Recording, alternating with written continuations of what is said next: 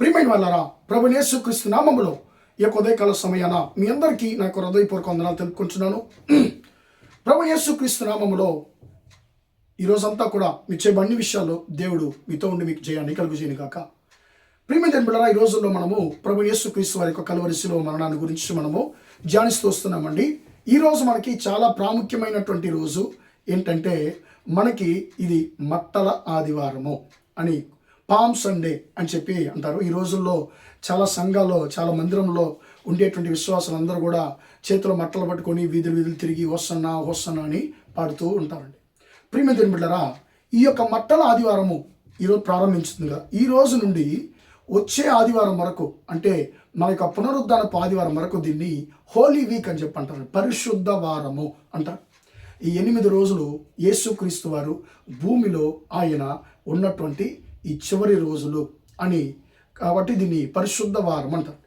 ఈ ఒక్క వారం 8 రోజులు మనము యేసుక్రీస్తు వారి శ్రమల గురించి, ఆయన పునరుద్ధానం గురించి మనము ధ్యానించుకోబోతున్నామండి.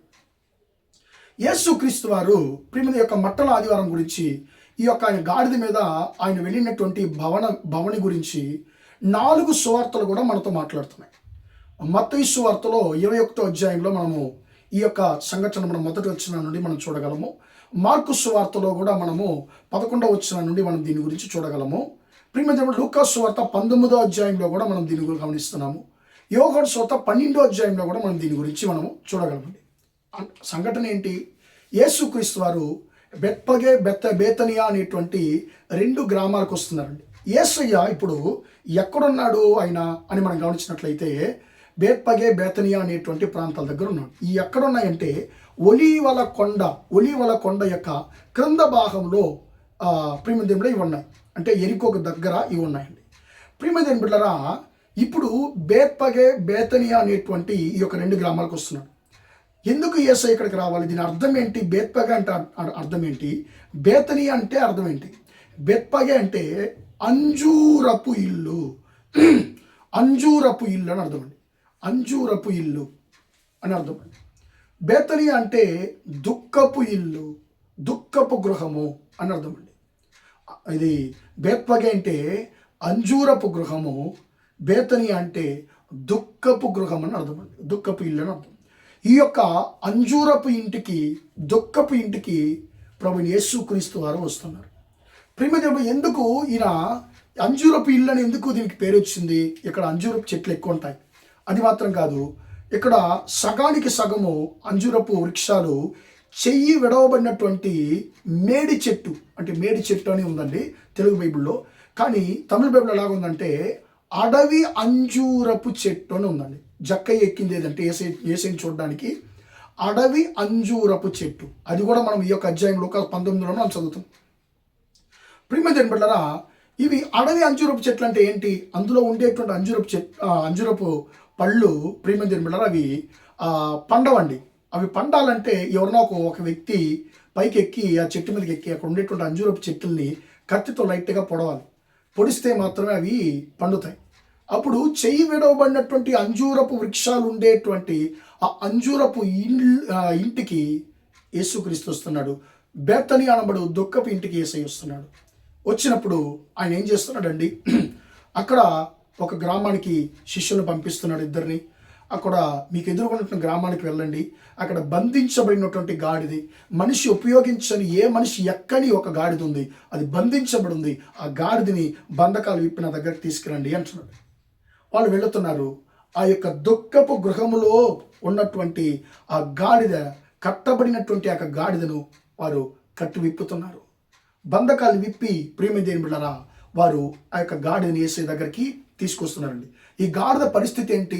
అంతవరకు అది బరువు మోసేటువంటి గాడిద. ఇప్పుడు బట్టలంతా కూడా, మురికి బట్టలను బరువుగా మూటగా కట్టి దాని మీద మోపుతారండి. ప్రియమైన బిడ్డలారా, ఈ బరువు మోసేటువంటి గాడిద, ప్రియమైన బిడ్డలారా, ఈ గాడిదను ఏ వ్యక్తి కూడా ఇంతకు ముందు వెనక ఉపయోగించలేదు. మన ఊర్లో అది బరువు మోస్తుంది, ఆ ఊరిలో ఆ రోజుల్లో అది మనుషులను మోస్తుంది. ప్రియమైన బిడ్డలారా, ఇప్పుడు అలాంటి బరువు మోస్తున్నటువంటి గాడిద, మనుషుల ద్వారా త్రోసివేయబడినటువంటి గాడిద, ఎవ్వరూ ఆశించని ఒక గాడిద ఇది. ఈ గాడిద బంధకములో ఉంది, బంధించబడి ఉంది. దుఃఖపు ఇంటికి వచ్చినటువంటి యేసుక్రీస్తు వారు ఆ గాడిద యొక్క దుఃఖాన్ని చూస్తున్నారు, ఆ గాడిద యొక్క పరిస్థితిని చూస్తున్నారు. గాడిదకు దుఃఖమేంటి? అది బంధించబడింది, మనుషుల ద్వారా త్రోయబడి ఉంది, మనుషుల ద్వారా విసర్జించబడినటువంటి పరిస్థితిలో ఉంది. ఈరోజు నీవు నేను మనుషుల ద్వారా విసర్జించబడిన పరిస్థితిలో ఉన్నామా? యేసయ్య నీ పరిస్థితిని ఎరిగి ఉన్నాడు కాబట్టి నీ దగ్గరకు వస్తున్నాడు. ఎందుకు? నీ బంధకాల నుండి నేను విడిపించడానికి. అది బంధించబడినంత వరకు దానికి ఏ యొక్క సంతోషం లేదు. అది బంధకాలు విప్పబడి యేసు దగ్గరకు తీసుకురాబడినప్పుడు ఏ యొక్క బరువు అయితే దాన్ని బాధపరుస్తుందో, ఇంతవరకు వీపు మీద ఉందో, ఆ బరువు అంతా, ఆ వస్త్రాలంతా ఇప్పుడు యేసయ్య వచ్చాడు కాబట్టి తన జీవితంలోనికి ఆ బరువు అంతా దారిలో తన కాలు కిందకు వచ్చేసిందండి. కాలు కిందకు వచ్చేసింది, వస్త్రాలంతా కాలు కిందకు వచ్చేసింది. ఆ వస్త్రాల మీద, పరవబడినటువంటి వస్త్రాల మీద ఈ గాడిద యేసయ్య మోచుకుంటూ నడుచుకుంటూ వెళుతుందండి. ప్రియమిత్రులు, ఇప్పుడు ఇది మనుషులందరూ చూస్తున్నారు. యేసయ్య నీ బాధను, నీ దుఃఖాన్ని ఆయన తీసివేసేటువంటి దేవుడు, తొలగించేటువంటి దేవుడు అనేటువంటిది ఈ యొక్క గాడిద మనకు నేర్పిస్తుంది. రెండవది ప్రియులరా, యేసయ్య గాడిద మీద ఆయన వెళుతున్నప్పుడు అక్కడ ఉన్నటువంటి ప్రజలందరూ పాస్కా పండుగకు లోకమంతా, అన్ని దేశాల్లో వచ్చినటువంటి యూదులు, ఇశ్రాయేలు చూస్తున్నారు. చూసి వారికి ఒక ప్రవచనం జ్ఞాపకం వస్తుంది. పాత నిబంధన ప్రవచనం, జకర్యా గ్రంథంలో ఉన్నటువంటి ప్రవచనం జ్ఞాపకం వస్తుంది. అరే, మన రాజు గాడిద మీద వస్తున్నాడు అని చెప్పి జకర్యా చెప్పాడు కదా. అప్పుడు ఈయన రాజు, ఈయన మనకి ఈరోజు రోమ సామ్రాజ్యాన్ని పడగొట్టి ఆయన ఏలుబడి చేయబోతున్నాడు, ఆయన తన రాజ్యాన్ని స్థాపించబోతున్నాడని చెప్పి దావీదు కుమారుడా హోసన్నా హోసన్నా అని చెప్పి పరిగెత్తుకుంటూ వెళుతున్నారండి ఆయన వెంట. హోసన్నా అంటే ఏంటి? దేవా మమ్మ రక్షించుము, దేవా మమ్మల్ని రక్షించమని అర్థం అండి. అయ్యా మమ్మల్ని రక్షించుము, ఈ రోమ యొక్క సామ్రాజ్యం యొక్క ఏలుబడిని మమ్మల్ని రక్షించు అయ్యా అని చెప్పి, అందరూ దావీదు కుమారుడు అని చెప్పి ఆయనతో మట్టలు పట్టుకొని ఆయన వెనక్కి వెళుతున్నారు. ప్రియమిత్రులు, ఇప్పుడు ఆయన వెళుతున్నాడు యెరూషలేముకి దగ్గర వెళుతున్నాడు. ఇప్పుడు యెరూషలేముకి దగ్గర వెళ్ళినప్పుడు రెండు దిక్కులకి ఆ దారి చీలిపోద్దండి. కుడివైపు వెళితే ఏమో హేరోదు యొక్క భవనం వస్తుంది, ఎడమవైపు వెళితే ఏమో దేవుని యొక్క మందిరం వస్తుంది, దేవాలయం వస్తుంది. ప్రియమిత్రులు, ఈయన ఏం చేశారంటే కుడివైపు వెళతాడని అందరూ అనుకున్నారు, కానీ ఈయన ఏం చేశాడంటే ఎడమవైపు తిరుక్కున్నాడు, ఎడమవైపు గాడిదని తిప్పేశాడు. అంటే అర్థం ఏంటి? నేను ఈ లోకాన్ని, ఈ రాజ్యాన్ని ఏలుబడి చేయడానికి రాలేదు అనేటువంటిది అక్కడ ఆయన నేర్పిస్తున్నాడు. అందరూ చూస్తున్నారు, ఈరోజు ఈయన తన రాజ్యాన్ని స్థాపించబోతున్నాడు. అందరూ సంతోషంగా దావీదు కుమారుడు అంటే అర్థం ఏంటి? నువ్వు రాజు కాబోతున్నావు. ఇప్పుడు దావీదు మమ్మల్ని లేలాడు, ఇప్పుడు నువ్వు ఏలబోతున్నావు, సమాధానం ఇవ్వబోతున్నావు. ఈయన మామూలు వ్యక్తిగా ఉన్నప్పుడే చనిపోయిన వాళ్ళని బ్రతికిస్తున్నాడు, నీళ్ళను ద్రాక్షరసంగా మారుస్తున్నాడు, కుష్ఠరోగిని స్వస్థపరుస్తున్నాడు, అనేక అద్భుతాలు చేస్తున్నాడు. ఈయన రాజుగా అయితారే మా జీవితము, మా రాజ్యము సమాధానం ఉంటుంది. సంతోషాన్ని తట్టుకోలేక దావీదు కుమారుడా మమ్మల్ని రక్షించుము హోసన్నా అని కేకలు వేస్తూ, గంతులు వేస్తూ యేసయ్య దగ్గరికి వెళ్తున్నారు. కానీ ఆయన ఏం చేశాడంటే కుడివైపు ఉన్నటువంటి రాజభవనానికి వెళ్ళలేదు, ఎడమ వైపు ఉన్నటువంటి దేవుని మందిరానికి వెళ్ళాడు. ఎందుకు దేవుడు ఆ రోజు, యేసుక్రీస్తు వారు ఆ రోజు ఎందుకు దేవుని మందిరానికి వెళ్ళాడు? దానికి ముందు ఎన్నోసార్లు ఆయన దేవుని మందిరానికి వెళ్ళాడండి. కానీ ఈరోజు గాడిద మీద ఎక్కి ఎందుకు దేవుని మందిరానికి వెళ్ళాడంటే, ఈరోజు ఏ రోజు అంటే ఇశ్రాయేలీయులందరూ కూడా పాస్కా రోజున వారు బలి ఇవ్వబోయేటువంటి ఆ పాస్కా గొర్రెను ఎన్నుకొని, ఆ గొర్రెను దేవుని మందిరంలో ఉన్నటువంటి ప్రధాన యాజకుని దగ్గరికి చూపించేటువంటి రోజు ఇది. ఒక వారం ముందే వాళ్ళు ఊరు నుండి వచ్చేస్తారు. వచ్చి ఏం చేస్తారంటే ఈ రోజున 5 రోజులకు ముందు, పాస్కా పండుగకి 5 రోజుల ముందు వారు పాస్కాకి బలి ఇవ్వబోయేటువంటి గొర్రెను వారు ఎన్నుకొని దాన్ని ఏం చేస్తారంటే ఆ యొక్క ప్రధాన యాజకుని, దేవుని మందిరంలో ఉన్న ప్రధాన యాజకుని దగ్గరికి తీసుకెళ్తారండి. తీసుకెళ్ళి, అయ్యా ఇదిగో ఇదే మేము పాస్కా రోజుకి మేము బలి అర్పించబోయే గొర్రెను ఒకసారి చూసుకోండి, పరీక్షించండి అని చెప్పి పాస్కా గొర్రెను వారు ప్రధాన యాజకునికి చూపించడానికి దేవుని మందిరానికి ఆ రోజు వెళ్తారు. అప్పుడు పాస్కా గొర్రెను దేవుని మందిరానికి తీసుకెళ్లి ప్రధాన యాజకునికి చూపించేటువంటి రోజున యేసుక్రీస్తు వారు దేవుని మందిరానికి వెళుతున్నారు. దేవుని గొర్రెపల్లి అయినటువంటి యేసుక్రీస్తు వారు దేవుని మందిరానికి వెళుతున్నారు. ప్రియమిత్రులు, అందరూ అనుకుంటున్నారు ఈయన ఆ యొక్క రాజుగా వెళతాడని. కానీ ఈయన రాజుగా కాదు, ఈయన దేవుని గొర్రెపిల్లగా లోక పాపమును మోయడానికి తను సిద్ధపరచుకొని దేవుని మందిరానికి వెళుతున్నాడు. యెరూషలేముకు సమీపం వచ్చినప్పుడు ఆ యెరూషలేము వారిని అందరిని చూసి ఆయన కన్నీరు కారుస్తున్నాడు. యెరూషలేమో, నీకు ఇవ్వబడినటువంటి ఈ రోజునైనా నువ్వు సమాధాన సంబంధమైన విషయాలు నువ్వు తెలుసుకుంటే బాగుండే అని చెప్పి యేసయ్య ఆ యొక్క యెరూషలేమును చూసి కన్నీరు కారుస్తున్నాడు. లూకా 19:41 మనం చదువుతున్నాము. అందరు ఇక్కడ దావీదు కుమారుడా హోసన్నా హోసన్నా అని గంతులు వేస్తున్నారు. కానీ యేసయ్య ఆ ప్రజలను చూసి కన్నీరు కారుస్తున్నాడు. ఇంకా నీ జీవితంలో లోకానికి లోక సంబంధంగా ఆలోచనలతో ఉన్నావే యెరూషలేమా అని చెప్పి ఆయన బాధపడుతున్నాడు. ప్రియమైన దేవుని బిడ్డలారా, ఈరోజు మనం యేసుని సంతోషపెట్టేవారిగా ఉన్నామా, లేకుంటే విసిగిస్తున్నామా, బాధ పెడుతున్నామా అనేటువంటి దాన్ని మనము గమనిద్దామండి. ప్రజలందరూ కూడా అందరూ సంతోషపడ్డారు.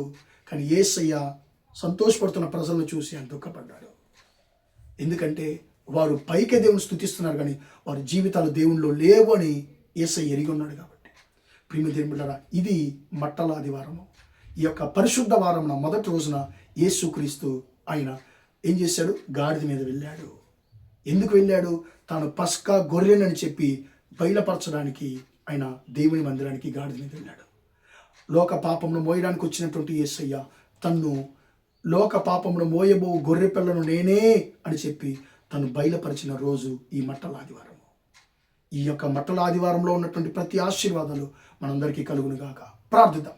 ప్రేమగల మా తండ్రి, దయగల దేవ, నీ బంగారు పాదాలకు స్తుతులు స్తోత్రాలు చెల్లిస్తున్నామయ్యా. ఇంతవరకు తండ్రి మేము అయ్యా స్తోత్రం మాతో మాట్లాడిన మాటలను బట్టి స్తోత్రం తండ్రి. మట్టల ఆదివారంలో ఉన్నటువంటి రహస్యాన్ని మాతో మాట్లాడాము, నీకు స్తోత్రం తండ్రి. దేవుని గొర్రెపిల్లైనటువంటి యేసుక్రీస్తు వారు తను దేవుని గొర్రెపిల్లగా తన్ను బయలుపరుచుకున్నటువంటి దినము ఈ దినం అని చెప్పి తండ్రి మాతో మాట్లాడిన కృపను బట్టి నీకు స్తోత్రం. అందరూ సంతోషపడుతున్నారు, దావీదు కుమారుని సంతోషపడుతున్నారు. కానీ తండ్రి ఒకవైపేమో నువ్వు దుఃఖపడుతున్నావయ్యా. అయ్యా యేసు దుఃఖపడుతున్నాడు. ఎందుకంటే దేవుని మనసారా మేము స్తుతించడం లేదు, నోటారి స్తుతిస్తున్నాము కానీ మనసారా మేము స్తుతించడం లేదు. మా జీవితాలు బాగలేవని తండ్రి మా గురించి దుఃఖపడుతున్నారు, కన్నీరు కారుస్తున్నారు. అయ్యా ఈ యొక్క మట్టల ఆదివారాన నిన్ను కన్నీరు కార్చేటువంటి అయ్యా క్రియలు, కన్నీరు కార్పజేసేటువంటి క్రియలు మా జీవితంలో ఉన్నట్లయితే తండ్రి ఆ క్రియల నుండి మమ్మల్ని దూరపరచండి, విడిపించమని ప్రార్థిస్తాం. ఈ రోజంతా కూడా మా సహోదర సహోదరులతో మీ హస్తం నుండి తోడుండి నడిపించమని యేసయ్య నామములో ప్రార్థించని వేడుకొంచున్నాను తండ్రి. ఆమేన్ ఆమేన్. ప్రియమైన వాళ్ళారా, దేవుడు మిమ్మల్ని దీవించి ఆశీర్వదించును గాక. Praise the lord.